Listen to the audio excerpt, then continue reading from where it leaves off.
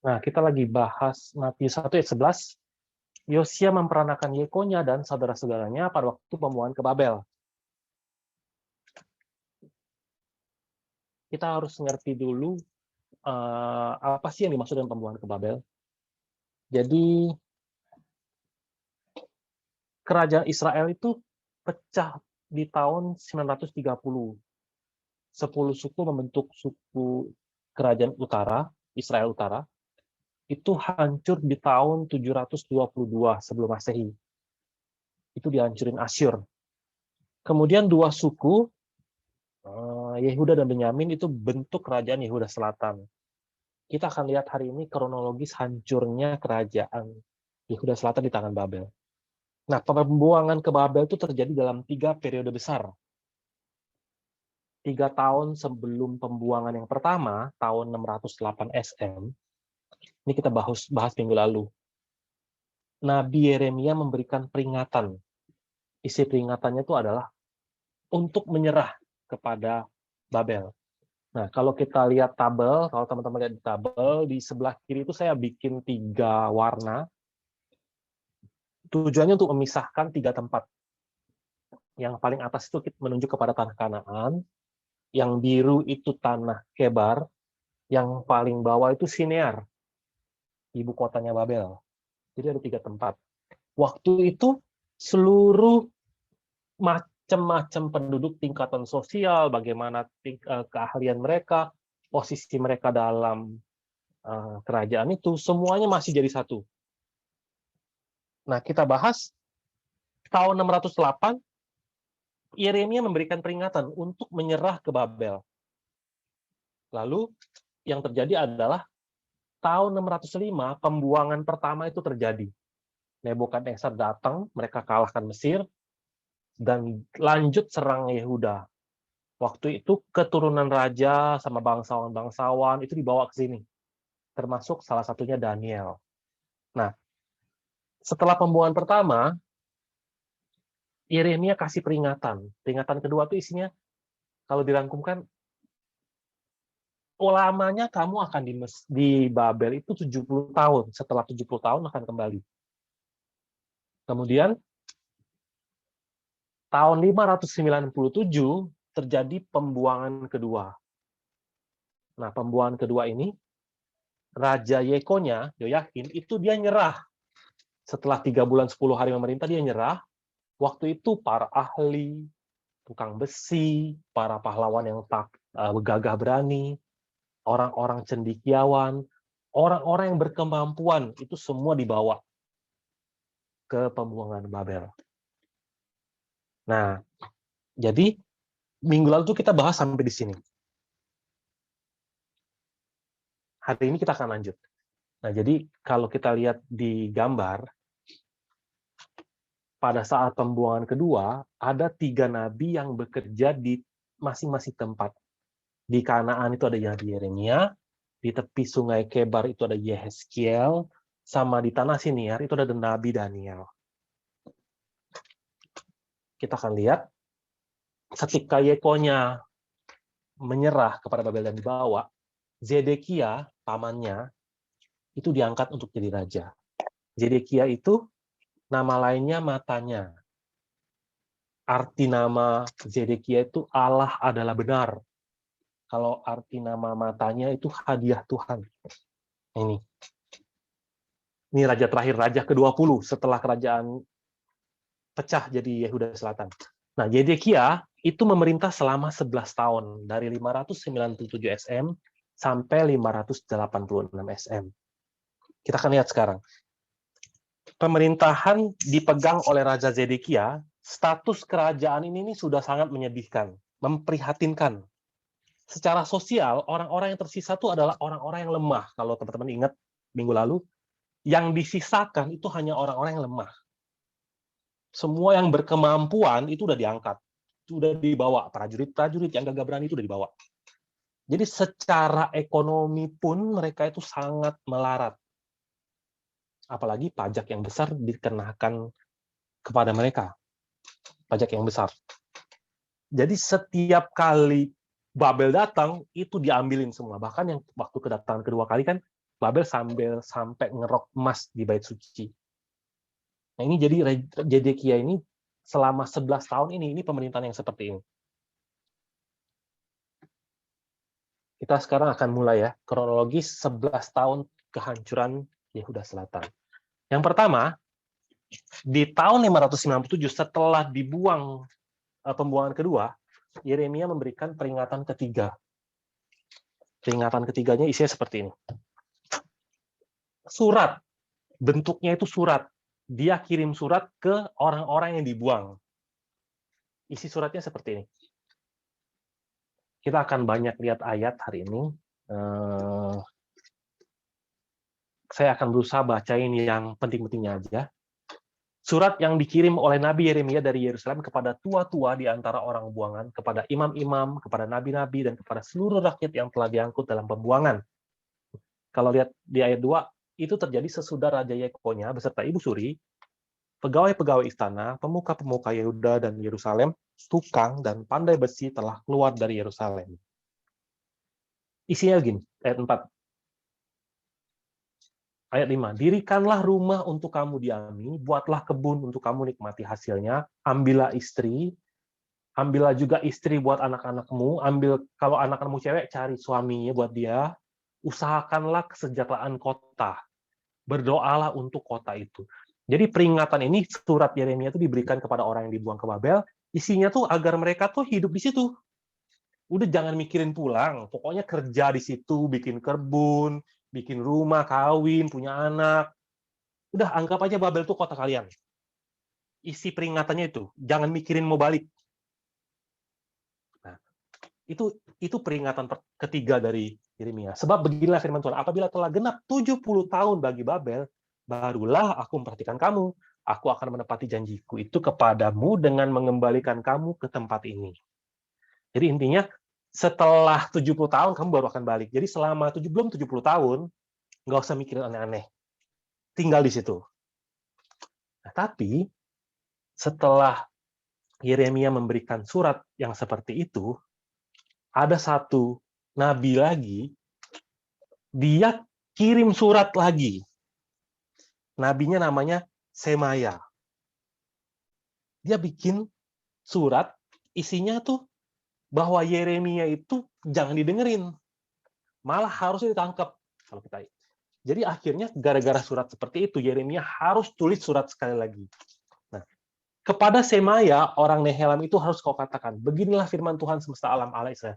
Oleh sebab engkau telah mengirim surat atas namamu sendiri kepada seluruh rakyat yang ada di Yerusalem, yaitu kepada Imam Jefanya bin Maaseya dan kepada segala imam bunyinya, Tuhan telah mengangkat engkau, Jefanya, menjadi imam menggantikan Imam Yoyada, supaya engkau menjadi pengawas di rumah Tuhan untuk memasungkan setiap orang gila yang menganggap dirinya nabi dan untuk merantai lehernya dengan besi. Jadi, Semaya ini tulis surat, hey Jefanya, kamu sekarang jadi imam besar. Pokoknya kalau ada orang gila yang ngomong dirinya nabi, kalau baca terus ya, yang suka ngomong kita harus nyerah, itu tangkap aja. Rantain lehernya. Nah, makanya di ayat 30 dikasih firman lagi. Ayat 31, kirimlah pesan kepada semua orang buangan itu. Beginilah firman Tuhan tentang Semaya, orang Nehelam itu. Oleh karena Semaya telah bernubuat kepadamu sekalipun aku tidak mengutusnya, dan ia telah membuat kamu percaya kepada dusta, maka beginilah firman Tuhan. Sesungguhnya aku akan menghukum Semaya, orang Nehelam itu, dan keturunannya. Tidak ada seorang pun dari keluarganya akan diam di tengah-tengah bangsa ini untuk melihat yang baik yang akan kulakukan kepada umatku. Demikianlah firman Tuhan. Sebab ia telah mengajak murtad terhadap Tuhan. Jadi suratnya Semaya ini berpengaruh besar. Membuat orang-orang percaya bahwa Yeremia itu nabi palsu. Jadi orang-orang yang lagi dalam pembuangan itu bingung.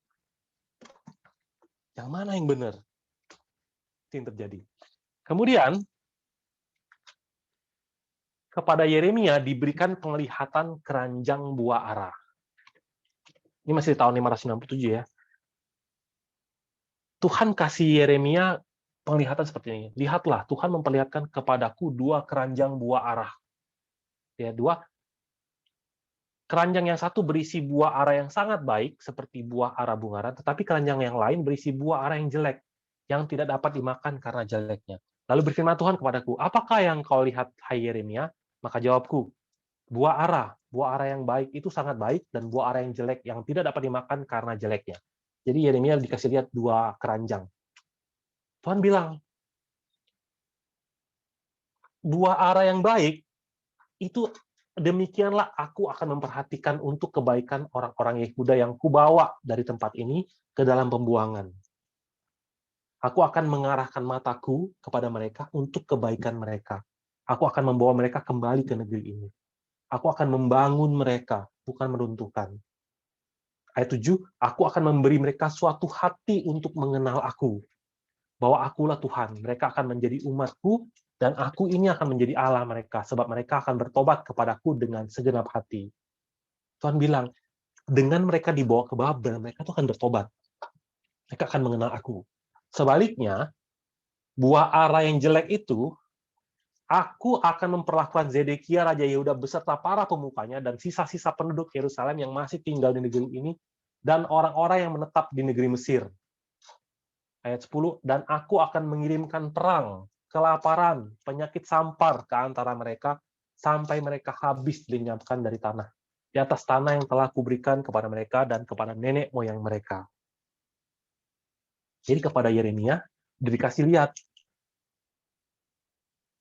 apa yang akan Tuhan lakukan kepada mereka. Nah, itu di tahun 597.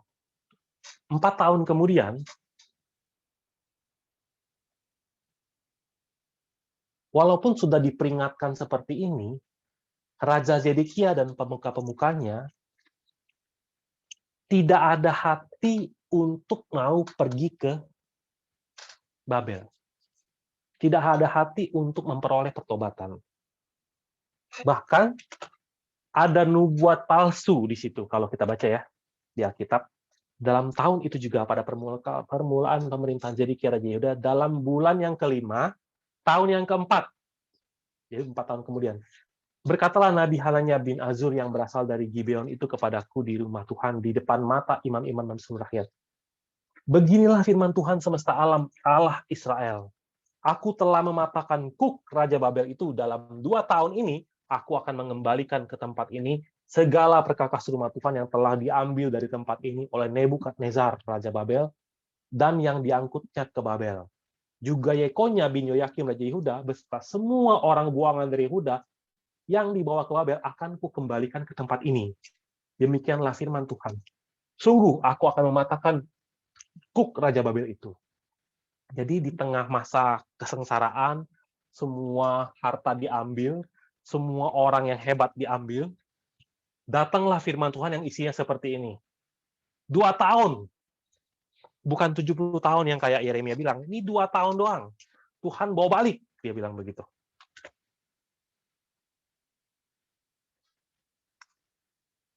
Atas nubuat palsu ini, Yeremia dikasih Tuhan peringatan lagi. Ayo, kamu kasih tahu peringatan keempat. Isi peringatannya ini. Pergilah mengatakan kepada Hananya, beginilah firman Tuhan, engkau telah mematahkan gandar kayu, tetapi aku akan membuat gandar besi sebagai gantinya. Sebab beginilah firman Tuhan semesta alam, Allah Israel. Kuk besi akan kutaruh ke atas tengkuk segala bangsa ini, sehingga mereka takluk kepada Nebukadnezar, Raja Babel. Sungguh mereka akan takluk kepadanya. Malahan binatang-binatang di padang telah kuserahkan kepadanya. Jadi, sudah 4 kali nih, Tuhan memperingatkan untuk menyerah. Dan Tuhan menegaskan bahwa semua nubuat-nubuatan yang kelihatannya tuh baik, enak didengar di telinga, itu semua palsu. Itu peringatan keempat. Di saat yang sama, di tahun 593, di daerah Kebar, itu kan tempat kumpulannya para ahli, para tukang yang sangat hebat kan, orang-orang yang berkemampuan. Ini kan dikumpulin di sini nih. Nah, di situ dipanggillah Nabi Yeskiel. Kalau baca, pada tahun ke-30 dalam bulan yang keempat, pada tanggal 5 bulan itu, ketika aku bersama-sama dengan para buangan berada di tepi sungai Kebar, terbukalah langit dan aku melihat penglihatan-penglihatan tentang Allah. Pada tanggal 5 bulan itu, yaitu tahun kelima sesudah Yoyakim dibuang. Jadi, kepada umat Israel yang nggak tahu Allah, tidak mengenal Allah, tidak mengerti pemeliharaan Allah, dan tidak mengerti apa itu mentaati firman Allah, kepada mereka, Tuhan sedang mencoba untuk menyatakan dirinya, menyatakan pemeliharaannya, menyatakan pekerjaannya. Bahkan kepada orang-orang yang sangat ahli seperti ini, yang dipilih adalah Nabi Yeskiel. Dan yang dipakai caranya itu nggak biasa, yaitu dengan membuat Yeskiel menjadi bisu. Orang itu kan harus disampaikan firman, baru mereka bisa mengerti. Tapi kalau orang itu penuh dengan kemampuan, penuh dengan apa ya, orang yang menganggap dirinya hebat dan memiliki kemampuan, kepada orang yang seperti itu nggak bisa difirmankan dengan kata-kata. Karena nggak bisa difirmankan dengan kata-kata, Tuhan bikin Yeskiel jadi bisu. Sesudah 7 hari datanglah firman Tuhan kepadaku, hai anak manusia, aku telah menetapkan engkau menjadi penjaga kaum Israel.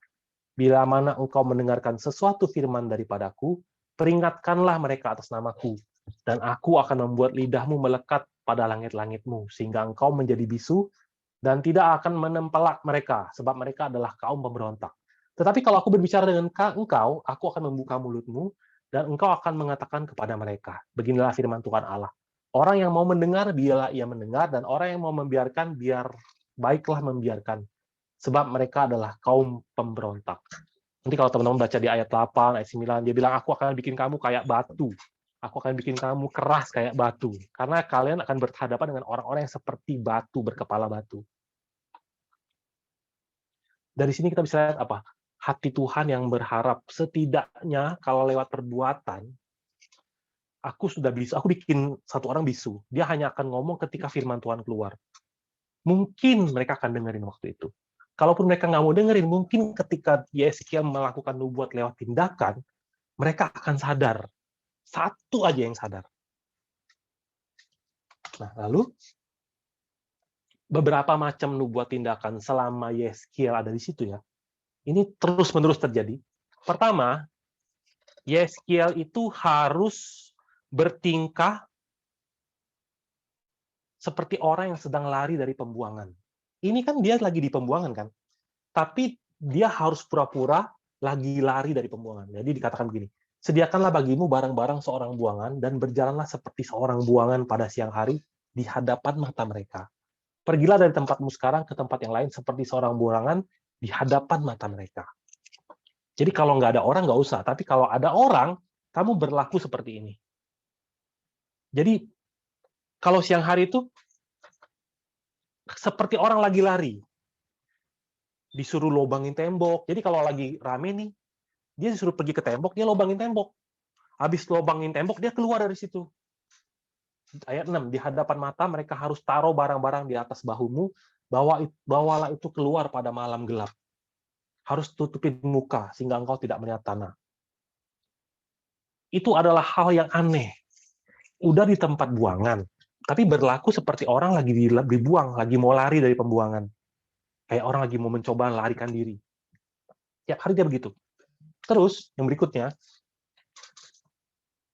hai anak manusia, makanlah makananmu dengan gemetar dan minumlah air dengan menggigil dan dengan hati yang cemas. Dan katakanlah kepada penduduk negeri ini, beginilah firman Tuhan Allah, tentang penduduk Yerusalem yang di tanah Israel. Mereka akan makan makanannya dengan hati yang cemas dan minum air dengan hati yang gundah gulana, supaya tanah mereka menjadi sunyi sepi lantaran isinya sudah lenyap, oleh karena kekerasan yang dilakukan oleh semua yang tinggal di sana.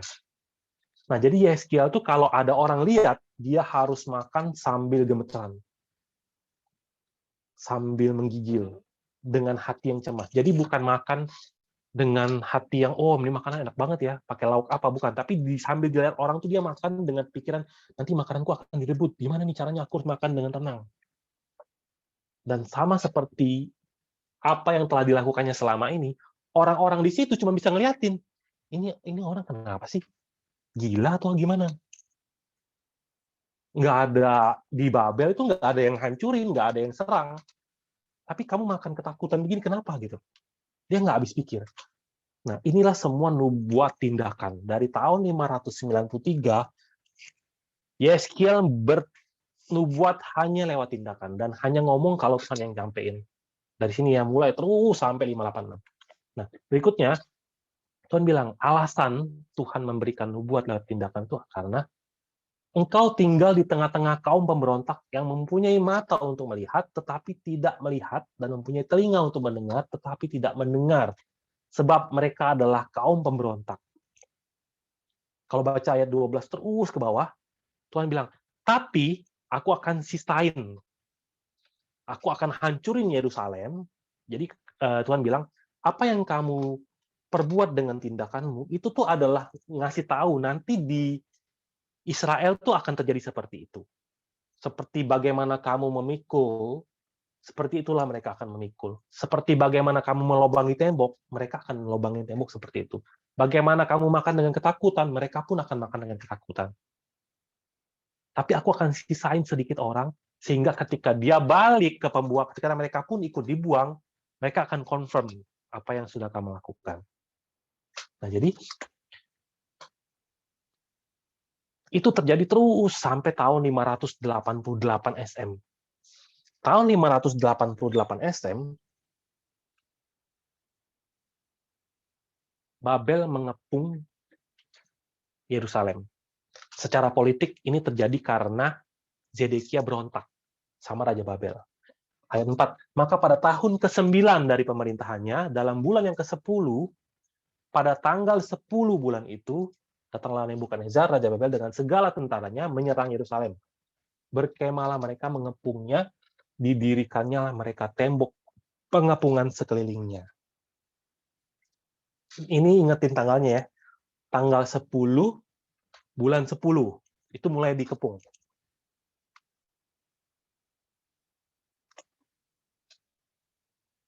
Ketika Yerusalem dikepung, Zedekia datang kepada Yeremia. Mohon doa. Tanyakanlah kiranya petunjuk Tuhan untuk kami, sebab Nebukadnezar, Raja Babel, memerangi kami. Barangkali Tuhan mau melakukan kepada kami tepat seperti perbuatan-perbuatannya yang ajaib, sehingga Nebukadnezar mundur meninggalkan kami. Kalau baca selanjutnya, Zedekia itu berharap kayak dulu, zamannya Raja Hizkia. Waktu dia lagi perang lawan Aram, malaikat Tuhan datang, bantai semua. Jadi dia mohon, ayolah begitu juga dong. Mohon dong Yeremia doa. Tapi lewat permohonan doa yang seperti ini, malah peringatan untuk menyerah datang. Peringatan kelima. Tetapi kepada bangsa ini harus kau katakan, beginilah firman Tuhan, sesungguhnya aku menghadapkan kepada kamu jalan kehidupan dan jalan kematian. Siapa yang tinggal di kota ini akan mati karena pedang, karena kelaparan, dan karena penyakit sampar. Tetapi siapa yang keluar dari sini dan menyerahkan diri kepada orang-orang Kasdim yang mengepung kamu, ia akan tetap hidup. Nyawanya akan menjadi jarahan baginya. Sebab aku telah menentang kota ini untuk mendatangkan kecelakaan dan bukan untuk mendatangkan keberuntungannya. Demikianlah firman Tuhan. Kota ini akan diserahkan ke dalam tangan Raja Babel yang akan membakarnya habis dengan api. Jadi Tuhan bilang, aku menghadapkan kepada kamu jalan kehidupan dan jalan kematian. Harusnya pilihlah hidup dong. Tapi dari sudut pandang Zedekia dan seluruh pemuka-pemukanya, jalan hidup itu hanya tinggal di sini. Tuhan ya tinggal pergi aja ke Babel, hancurin. Tapi kalau jalan hidup Tuhan, kalian nyerah, pergi ke Babel. Itu peringatan kelima. Setelah diperingati peringatan kelima, Yeremia didatangin lagi. Permohonan lagi. Ayat 7 ya, beginilah firman Tuhan Allah Israel kepada Raja Yehuda yang menyuruh kamu kepadaku untuk meminta petunjuk. Harus kamu katakan begini. Lihat, tentara Firaun yang telah berangkat keluar untuk membantu kamu akan kembali ke negerinya, ke Mesir. Tetapi orang-orang Kasdim akan datang kembali memerangi kota ini, merebutnya dan menghanguskannya dengan api. Beginilah firman Tuhan, jangan kamu membohongi dirimu sendiri dengan mengatakan orang-orang Kasdim itu telah pergi untuk selamanya daripada kita. Padahal mereka tidak pergi untuk selamanya. Jadi Zedekia itu suruh Imam Jefanya pergi kepada Yeremia untuk minta doa. Minta doa. Tapi Yeremia bilang, di dalam hati kalian itu masih benar-benar mengharapkan Mesir. Bahkan kalau nanti Firaun datang tolong kalian pun, Babel tuh cuma akan pergi sebentar. Tapi kalau nanti Mesir balik, Babel tuh akan datang lagi. Itu udah diperingatin. Oleh karena itu menyerahlah. Itu permohonan doa yang kedua. Setelah itu, di tahun yang sama, di tanggal yang sama, ketika Yerusalem dikepung, kepada Nabi Yeskiel, ini kita baca ya, Yeskiel 24 ayat 1. Pada tahun ke-9, dalam bulan yang ke-10, pada tanggal 10 bulan itu, hai anak manusia, tuliskanlah tanggal hari ini. Ya, tanggal hari ini. Pada hari ini juga Raja Babel mulai menyerang Yerusalem. Yeskiel disuruh tuliskanlah. Kalau baca terus, ini mengenai dia disuruh masak, tapi kemudian seluruh potongan tuh dikeluarin. Kenapa? Karena alat masaknya itu udah karatan. Melambangkan Israel tuh isinya udah karatan. Nah, jadi ketika disuruh tuliskanlah,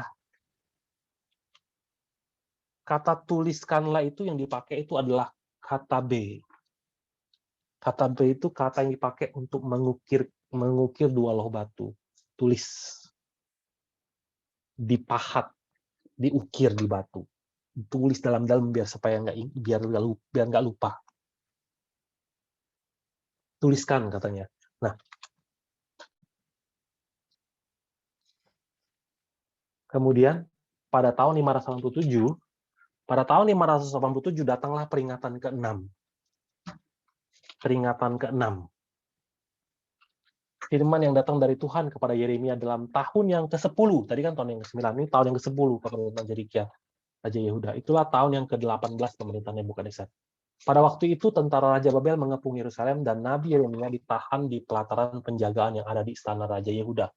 Sebab Zedekia Raja Yehuda telah menahan dia di sana dengan tuduhan, mengapa engkau bernubuat? Beginilah firman Tuhan, sesungguhnya aku menyerahkan kota ini ke dalam tangan Raja Babel supaya ia mendudukinya. Jadi waktu itu karena menubuatkan apa yang firman Tuhan katakan, dia ditangkap. Dia ditangkap oleh Zedekia. Firman yang datang dari Tuhan kepada Yeremia, ketika Nebukadnezar Raja Babel dan segala tentaranya, segala kerajaan di bumi yang di bawah pemerintahnya, dan segala bangsa berperang melawan Yerusalem dan segala kotanya. Beginilah firman Tuhan ke Allah Israel. Pergilah berbicara kepada Zedekia Raja Yehuda, katakanlah kepadanya. Beginilah firman Tuhan, sesungguhnya aku menyerahkan kota ini ke dalam tangan Raja Babel supaya dihanguskannya dengan api. Nah, itu peringatan ke-6. Disuruh menyerah karena kota ini akan dihanguskan oleh api. Nah, karena sudah dikepung seperti ini, Raja Zedekia mikir gimana caranya kita bisa lepas. Mungkin kita bisa mengurangi amarah Allah. Akhirnya cara yang mereka pakai itu adalah melepaskan budak.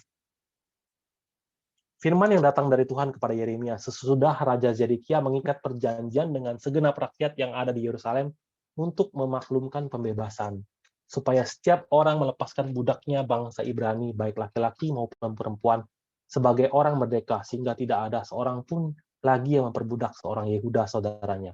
Maka semua pemuka dan segenap rakyat yang ikut dalam perjanjian itu menyetujui bahwa setiap orang akan melepaskan budaknya laki-laki dan budaknya perempuan, sebagai orang merdeka, sehingga tidak ada lagi yang memperbudak mereka. Orang-orang itu menyetujuinya lalu melepaskan mereka. Nah, jadi kronologisnya seperti itu. Mereka lepasin budak. Nah, setelah mereka melepaskan budak, terdengar kabar Mesir datang. Karena Mesir datang, Babelnya lari. Ketika Babel lari, mereka tangkap lagi budak-budak yang tadinya mereka udah lepasin.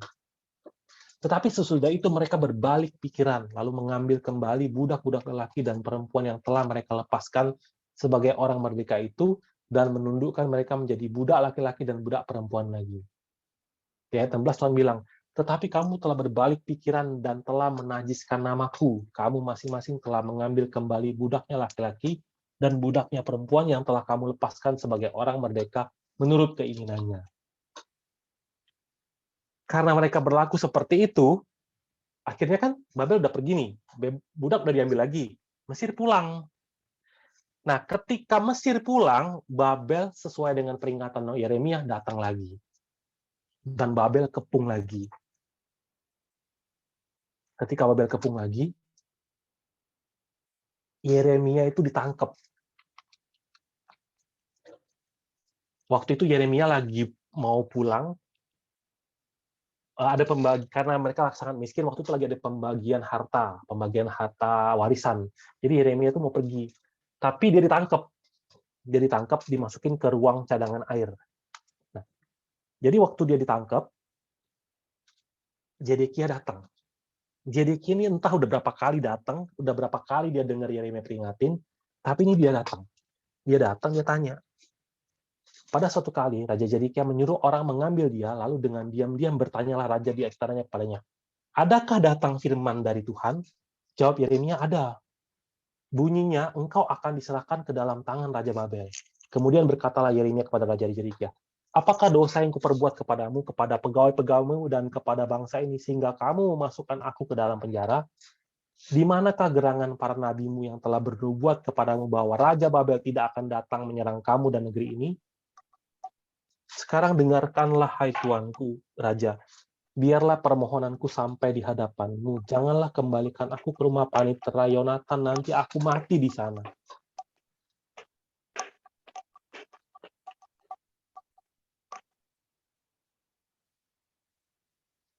Zedekia datang dan tanya. Seperti kurang peringatan yang sudah diberikan sejauh ini. Dia tanya lagi, ada firman nggak? Ada, nyerah. Nah, kemudian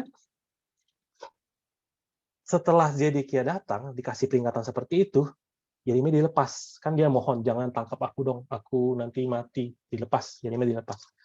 Dan ketika Yeremia dilepas, Raja Zedekia memberi perintah. Lalu orang menahan Yeremia di pelataran penjagaan dan memberikan setiap hari kepadanya sepotong roti dan dari jalan tukang roti. Sampai pada waktu segala roti habis di kota itu. Demikianlah Yeremia tinggal di pelataran penjagaan itu. Dari penjara, sumur air dipindahin ke pelataran penjagaan. Nah, di situ, ketika Yeremia ditaruh di situ, dia nggak berhenti-berhentinya memperingatkan. Yeremia kemudian ditangkap lagi. Kita baca ya. Tetapi Sefaka bin Matan, Gedalia bin Pasyur, Yukal bin Selemia, dan Pasyur bin Malkiani, ada 4 orang ya, mendengar perkataan yang tidak henti-henti diucapkan oleh Yeremia kepada segenap orang banyak itu. Beginilah firman Tuhan. Siapa yang tinggal di kota ini akan mati karena pedang, karena kelaparan, dan karena penyakit sampar. Tetapi siapa yang keluar dari sini mendapatkan orang kastip, ia akan tetap hidup. Nyawanya akan menjadi jarahan baginya dan ia tetap hidup. Beginilah firman Tuhan. Kota ini akan pasti diserahkan ke dalam tangan tentara Raja Babel yang akan merebutnya. Jadi ketika Yeremia itu dikeluarkan, dia itu tidak henti-hentinya. Kayak apa ya? Kayak satu orang yang benar-benar kita nggak suka dengar, ngomong terus hal yang sama. Yang dia ngomong itu bukan hal yang baik buat kota itu, tapi hal yang benar-benar menakutkan. Oleh karena itu ditangkap. Maka berkatalah para pemuka itu kepada raja, baiklah orang ini dihukum mati, sebab sebenarnya dengan mengatakan hal-hal seperti ini, maka ia melemahkan semangat prajurit-prajurit yang masih tinggal di kota ini, dan semangat segenap rakyat. Sungguh, orang ini tidak mengusahakan kesejahteraan untuk bangsa ini, melainkan kemalangan. Ketika perempuan mendengarkan perkataan ular itu ngomong begini, kalau kamu makan buah dari pohon pengetahuan itu, kamu tuh nggak akan mati. Malah akan jadi seperti Allah, tahu tentang apa yang baik dan apa yang jahat. Apa yang baik itu sebenarnya tuh mentaati perintah Tuhan. Apa yang jahat itu sebenarnya tidak mentaati perintah Tuhan. Tapi semua itu diputarbalikkan sehingga seolah-olah kamu bisa tahu apa yang baik dan apa yang jahat dengan memakan buah itu. Nah, Apa yang baik dan apa yang jahat di peristiwa hari ini, apa yang baik dan apa yang jahat di dalam pengertian pemerintahan Zedekia, itu udah jauh sekali dari mentaati perintah Allah. Udah jauh banget. Maka mereka mengambil Yeremia dan memasukkannya ke dalam perigi milik Pangeran Malkia yang ada di pelataran penjagaan itu. Mereka menurunkan Yeremia dengan tali. Di perigi itu tidak ada air, hanya lumpur. Lalu terperosoklah Yeremia ke dalam lumpur itu. Jadi cuma masukin ke tempat lumpur. Yeremia, seorang yang berkata-kata dengan benar. Kalau teman-teman baca kitab Ratapan, itu kitab yang dia tulis untuk meratap demi Yerusalem. Pedih sekali hati Yeremia itu. Tapi dia diperlakukan seperti ini. Nah, setelah Yeremia ditangkap, dia ditolong. Dia dibebaskan oleh satu orang Ethiopia. Kalau kita baca, tetapi ketika didengar Ebed-Melek, orang Ethiopia itu, ia seorang sida-sida yang tinggal di sana, bahwa Yeremia telah dimasukkan ke dalam perigi. Pada waktu itu, raja sedang duduk di pintu gerbang Benyamin. Maka keluarlah Ebed-Melek dari istana raja itu, lalu berkata kepada raja, "Ya Tuanku Raja, perbuatan orang-orang ini jahat dalam segala apa yang mereka lakukan terhadap Nabi Yeremia, yakni memasukkan dia ke dalam perigi.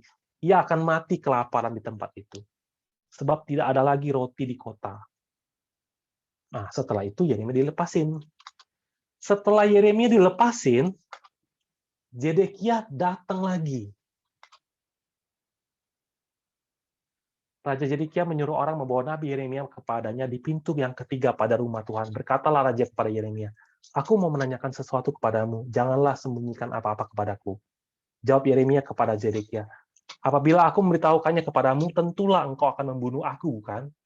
Dan apabila aku memberi nasihat kepadamu, engkau tidak juga akan mendengarkan aku."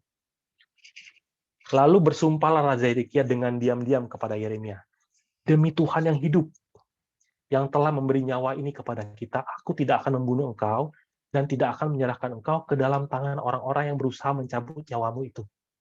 Sesudah itu berkatalah Yeremia kepada Zedekia, "Beginilah firman Tuhan, Allah semesta alam, Allah Israel. Jika engkau keluar, menyerahkan diri kepada perwira Raja Babel, maka nyawamu akan terpelihara dan kota ini tidak akan dihanguskan dengan api. Engkau dengan keluargamu akan hidup.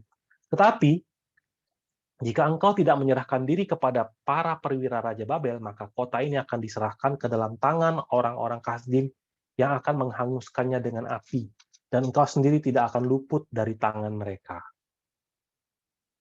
Coba ingat-ingat, beberapa kali itu Zedekia datang. Setelah berkali-kali dia datang, berkali-kali Yeremia memperingatkan, Zedekia dan pemerintahannya tidak memiliki hati untuk taat pada peringatan itu. Dicatat di Yeremia 52, "Demikianlah kota itu terkepung sampai tahun yang ke-11 pemerintahan Raja Zedekia. Pada tanggal 9 bulan yang keempat, ketika kelaparan sudah merajalela di kota itu, tidak ada lagi makanan pada rakyat negeri itu." Jadi dia mulai dikepung tahun ke-9 sampai tahun ke-11. Itu total 30 bulan.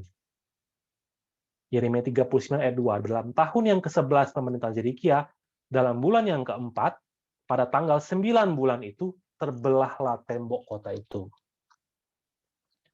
Semua adegan, kalau baca di Ratapan 2, Ratapan 4, dilihat tuh, diilustrasikan oleh Yeremia bagaimana seorang ibu yang sehari-hari itu lemah lembut, itu potong anaknya sendiri untuk dimakan. Saking kelaparannya mereka.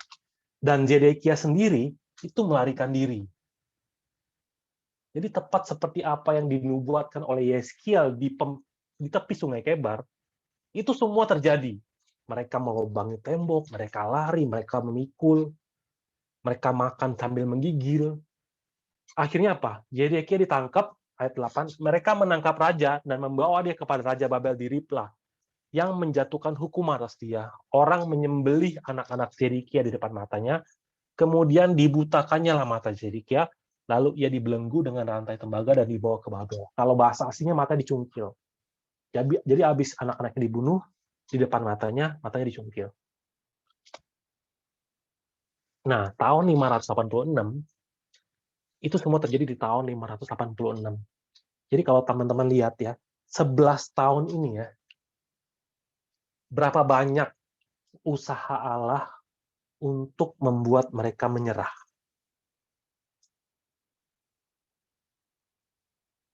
Di tahun 586, 1 bulan setelah Zedekia ditangkap, Yerusalem itu dihancurin. Bait suci dihancurin.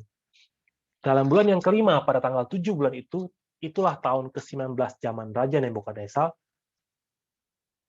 Raja Babel datanglah Nebuzaradan, kepala pasukan pengawal, pegawai Raja Babel, ke Yerusalem. Dalam bulan yang kelima, pada tanggal 10 bulan itu, itulah tahun ke-19 pemerintahan Nebukadnezar, Raja Babel datanglah Nebuzaradan, kepala pasukan pengawal yang melayani Raja Babel ke Yerusalem.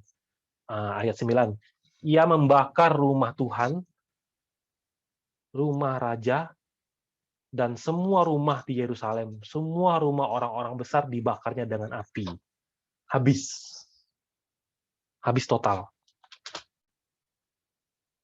Yerusalem hancur. Itulah pembuangan ketiga. Nah, dari semua orang-orang yang lemah ini, itu dibawa. Dibawa. Jadi yang tersisa sekarang cuman siapa? Hanya orang-orang yang tersisa.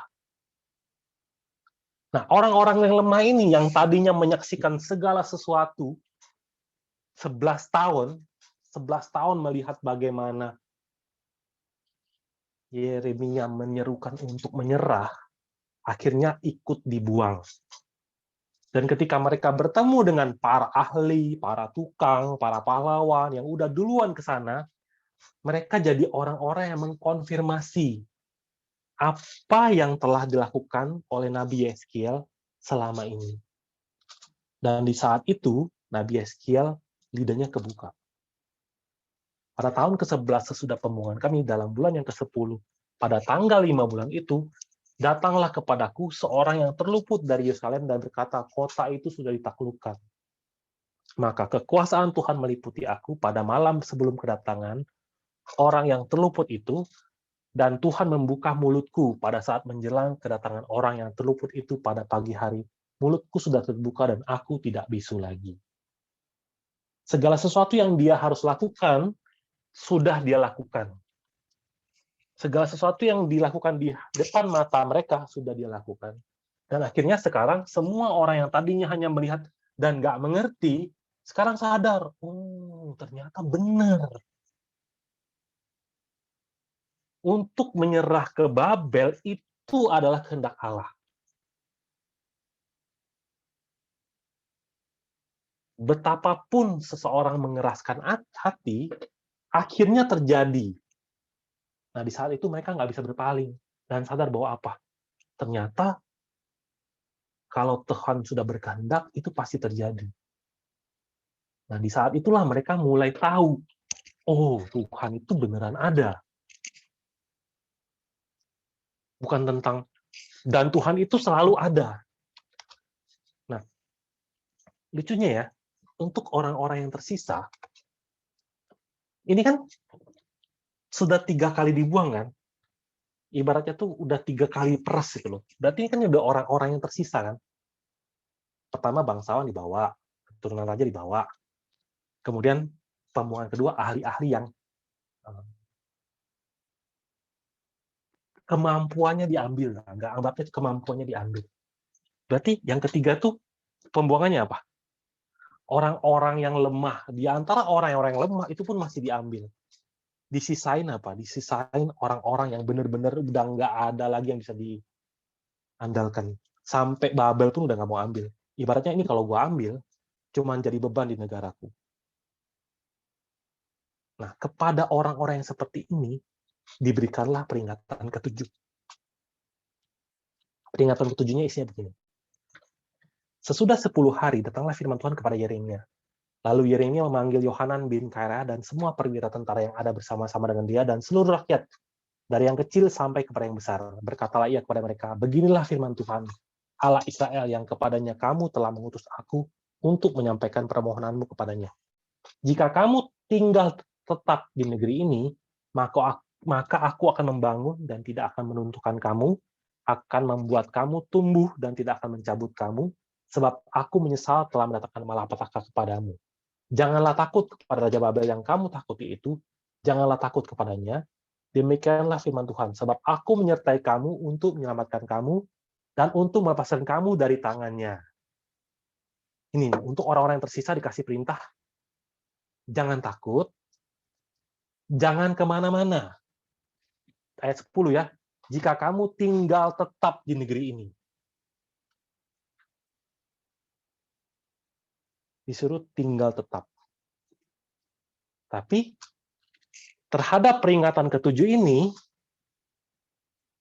mereka lari ke Mesir.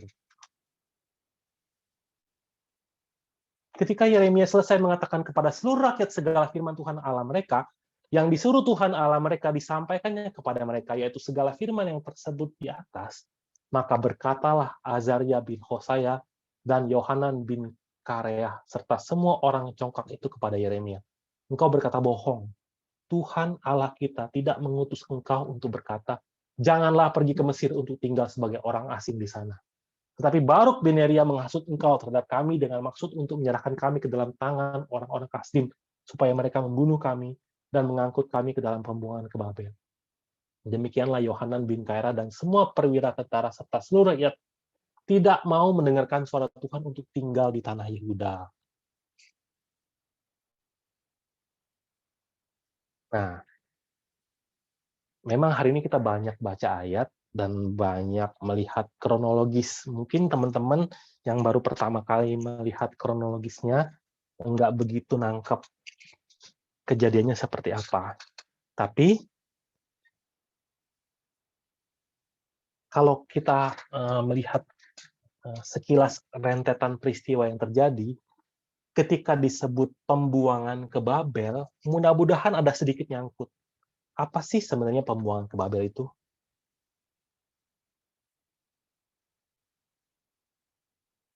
Ini adalah kenyataan dari pembuangan ke Babel.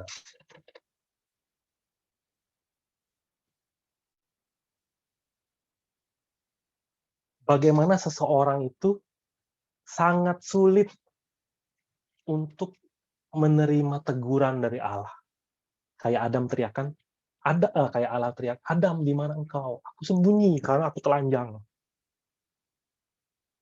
Sangat sulit untuk seseorang manusia itu sadar bahwa mengikuti perintah Allah itu hidup. Tapi mereka melepaskan semua perintah Allah dan hanya berpikir kepada pikiranku. Akhirnya apa? Sampai akhir pun kita melihat bagaimana seorang Zedekia dan pemerintahannya melekat sampai akhir untuk ngapain? Benar-benar nggak mau melakukan. Nah, hari ini, ketika kita mendengarkan firman, firman seperti apa yang kita coba untuk dengarkan? Apakah kita memiliki suatu harapan, cita-cita yang ada di dalam otak kita, dan kita mengumpulkan semua guru untuk memuaskan telinga kita, atau kita mau mendengar seruan yang seperti diserukan oleh Nabi Yeremia dan Yesaya? Akhirnya lewat pemeliharaan Tuhan, mereka tuh benar-benar jadi orang yang benar-benar nggak bisa bilang, oh ini semua kebetulan. Bahkan kita pun yang mempelajari kehidupan mereka di zaman dulu bisa bilang apa? Ternyata segala sesuatu itu terjadi sesuai dengan pemeliharaan Tuhan. Ini kita baru ngomongin dua hal.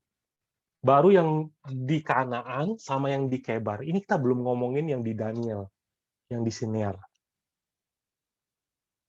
Sejak tahun 605 terus, itu di Babel sendiri ada peristiwa yang sangat besar yang terjadi.